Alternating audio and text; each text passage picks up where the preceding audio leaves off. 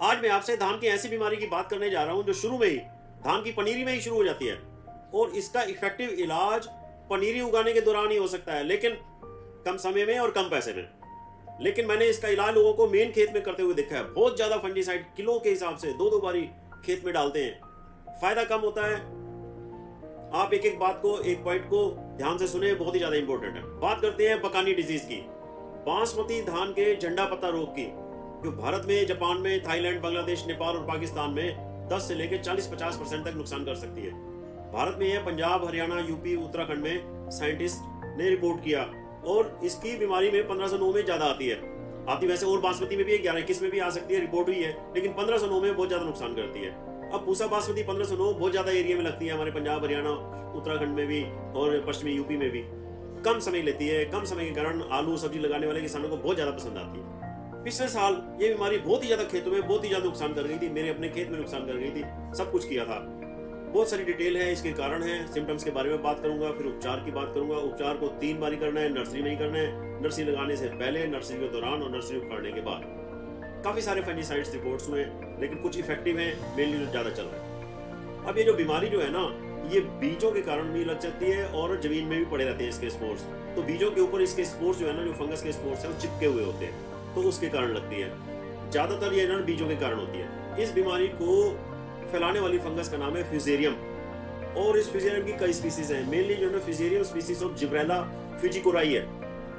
अब जिब्रेलिन्स जो है ना, वो 15 फॉर्म्स इसके अंदर, इस जिब्रेला के अंदर, फ्यूजेरियम जिब्रेला के अंदर पाई गई है। वैसे तो 72 फॉर्म्स होती है, और आपको पता है कि जिब्रेलिक एसिड्स जो है ना, पौधे की बढ़वार के लिए बहुत ज्यादा मशहूर होते हैं। इसलिए जो पौधे इससे ग्रसित होते हैं उनकी हाइट बहुत ज्यादा लंबी हो जाती है, पत्ता पतला हो जाता है, पीला हो जाता है, फुटाव कम होता है, आस्ता आस्ता सूखने लग जाता है। अब ये जो फंगस है ना फ्यूजेरियम, ये धान के पौधों की जड़ों व जड़ों के ऊपर जो क्राउन होता है ना, जस्ट ऊपर ही होता है, वहां से पौधे के अंदर घुसता है। पौधे के सिस्टम में घुसकर सारे पौधे में घूमता है। पौधे की जड़ तना गल सकते हैं, पौधे बहुत ज्यादा लंबे हो जाते हैं, पत्ते पतले, पीले व पौधे सूखकर मर जाते हैं, या तो दाने बनते ही नहीं है। अगर बनते हैं तो आधे अधूरे बनते हैं। अगर एक पौधे मान लो 15 टिलर है, 15 फुट हुई है, तो उसके एक टिलर जो है ना पहले लंबा हो गया, आस्ता आस्ता सारे टिलर लंबे हो जाएंगे, पूरा का पूरा जो है ना पौधा खत्म होएगा।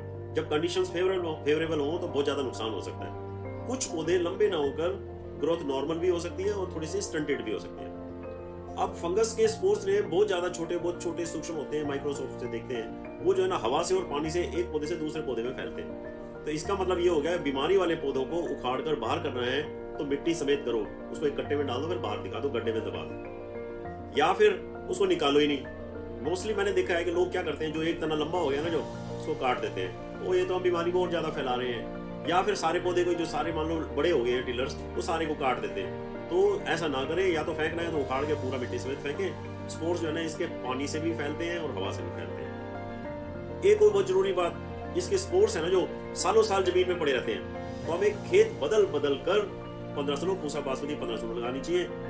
नर्सरी की पौध की जगह तो हर साल बदल ही देनी चाहिए। कोई और बीमारी हो ना, या कोई और कीट हो, इंसेक्ट हो, उसमें क्या होता है, कुछ % नुकसान होता है, लेकिन ये बीमारी जिस पौधे को लग गई, वो सारे पौधे को खा जाएगी, सारे टिलर्स खत्म हो जाएंगे, कुछ प्राप्ति नहीं होगी, पौधा खत्म हो जाएगा। अब बचने के क्या उपाय हैं? बचने के उपाय मैं बताता हूँ, डिटेल बता रहा हूँ, स्टेप बाय स्टेप चलूंगा। बीज अच्छा, मोटा, चमकदार और भरोसेमंद जगह से लें। बीज को नर्सरी में डालने से पहले पानी में डालकर हल्के बीज को ऊपर से निकाल लें। एक भी हल्का बीज नर्सरी में नहीं जाना चाहिए। बीज का उपचार करें। नर्सरी में भी फंजीसाइड का प्रयोग करना है और पौध उखाड़ने के बाद भी जड़ों को ट्रीट करना है। अब जैसे आपको बताया है कि फंगस जड़ों के द्वारा ही अंदर घुसती है, तो जब पौध उखाड़नी है तो पानी देकर खड़े पानी में उखाड़नी है, ताकि पौध उखाड़ते हुए जड़ टूटे ना, और जहां से जड़ टूट जाती है वहां से इस फ्यूजेरियम को, इस फंगस को अंदर घुसने की जगह मिल जाती है। तो आपको मैं बता दूं कि फंगस तो हर जगह है, नर्सरी वाली जगह पर भी है और जिस खेत में हमने लगानी है वहां पर भी मौजूद है। तो इसका जो इलाज है वो आसान तरीके से नर्सरी में ही होगा, क्योंकि नर्सरी की जगह छोटी है और इजीली हम कर सकते हैं। अब करना क्या है, मैं आपको ये बताता हूँ कि कई साइंटिस्ट ने 2006 में, 2007 में, 2018 में रिसर्च चलती रहती है जैसे, तो क्या क्या रिपोर्ट्स दी है। कई फंजीसाइड्स को बीज उपचार में देखा गया भी उनकी एफिकेसी कितनी है। जैसे बग्गा एंड शर्मा ने 2006 में, बग्गा एट आल, काफ़ी सारे साइंटिस्ट थे, उन्होंने 2007 में ये नोट किया। Japan, Taiwan, Korea, Turkey, Iran, पाक, बांग्लादेश, इंडिया, नेपाल, इन सारी जगहों पर टेस्ट किए गए थे, क्योंकि सब जगह पे आ रही थी कि कौन कौन से फंजीसाइड बीज उपचार में इफेक्टिव हैं। तो उन्होंने जो फंजीसाइड्स लिए थे वो थे कार्बेंडाजिम, फोलिक्योर, टेबुकोनाजोल होता है जो, प्रोपिकोनाजोल, डाइफेनाकोनाजोल, थीरम, बिनोमाइल और थायोफेनेट मिथाइल। तो उन्होंने ये पाया कि भाई जो ज़्यादा इफेक्टिव है वो तो है कार्बेंडाजिम है, उसके बाद जो है फोलिक्योर भी यूज़ कर सकते हैं, प्रोपिकोनाजोल यूज़ कर सकते हैं, डाइफेनाकोनाजोल यूज़ कर सकते हैं, थीरम और विनोमाइल को मिलाकर भी यूज़ कर सकते हैं, कार्बेंडाजिम और थीरम को मिलाकर भी करना चाहिए, वो भी इफेक्टिव है, थायोफेनेट मिथाइल भी कर सकते हैं। अब सन 2018 में भी एक रिपोर्ट आई है, कई साइंटिस्ट का एक ग्रुप था, तो बाल एट अल 2018 के नाम से एक रिपोर्ट आई है। उन्होंने ये कहा कि भी बीज उपचार जो है बेविस्टिन के 0.2% के साथ, जो 50% WP आती है ना, कार्बेंडाजिम आती है, उसके साथ बीज उपचार करो, फिर उसके बाद नर्सरी में छट्टा मार दो।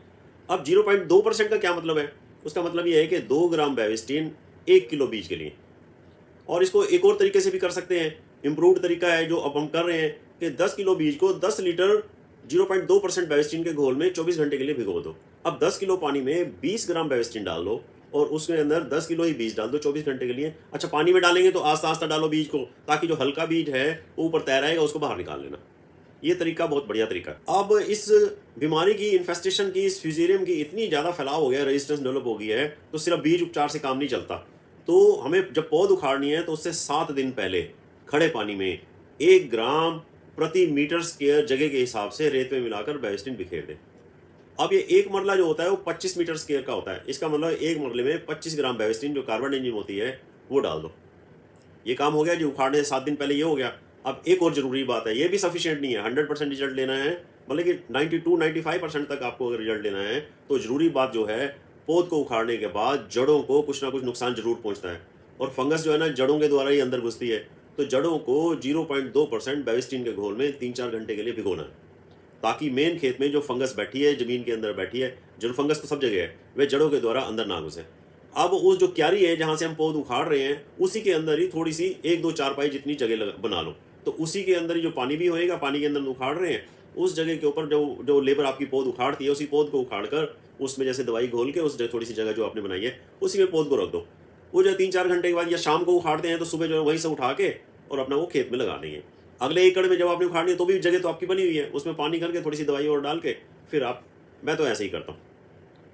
और पौध में भी अगर आपको कुछ पीले और लंबे पौधे दिखाई दे रहे हैं तो उनको भी निकालना है। पौध में निकाल दिया तो समझो काफ़ी सारा काम तो आपने कर ही दिया। एक और बात यह है, मेन खेत में जब वो फसल तैयार होने वाली होती है, बालियाँ निकलने का समय होता है, तब भी कहते हैं जी कार्बेंडाजिम का आप एक स्प्रे कर दो तो ये दानों को कम इन्फेक्शन कम होता है। कोशिश की है बहुत ज़्यादा लिटरेचर इकट्ठा करने की, आपको डिटेल में बताने की, अपना एक्सपीरियंस भी शेयर किया है। आपको अगर मेरी ये वीडियो पसंद आई हो तो इसको लाइक करो, शेयर करो, सब्सक्राइब करो। Thank you.